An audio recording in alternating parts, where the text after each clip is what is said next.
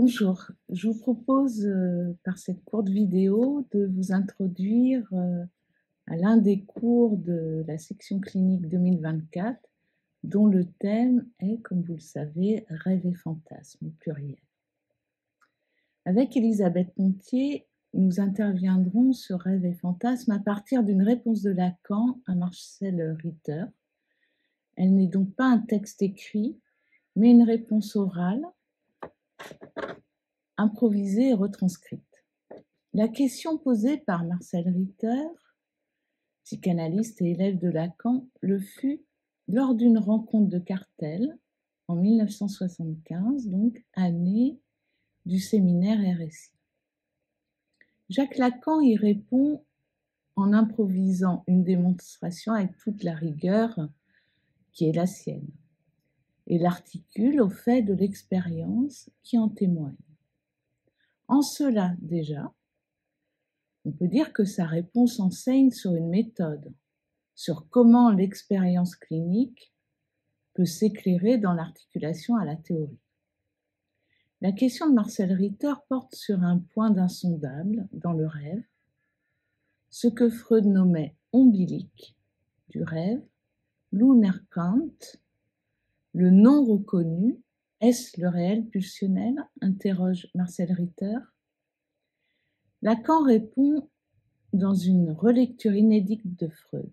Il revient sur l'ombilique du rêve comme l'impossible à reconnaître, à un refoulement originaire et introduit au registre du réel à partir de l'impossible. Il conçoit dès lors un nouvel inconscient, qui n'est pas l'inconscient transférentiel, mais qu'il nomme le par-l'être. Cela prête aussi à conséquence sur la conception du désir. Je vous lis cet extrait de la réponse de Lacan à Marcel Ritter, publié sous le titre « L'ombilique du rêve est un trou dans la cause du désir », intitulé « Inquiétante étrangeté ». Il s'agit du numéro 102. Donc, voici la revue en question.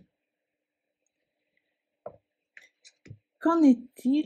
S'il y a tout de même quelque chose que Freud rend patent, c'est que, de l'inconscient, il résulte que le désir de l'homme, c'est l'enfer, et que c'est le seul moyen de comprendre quelque chose.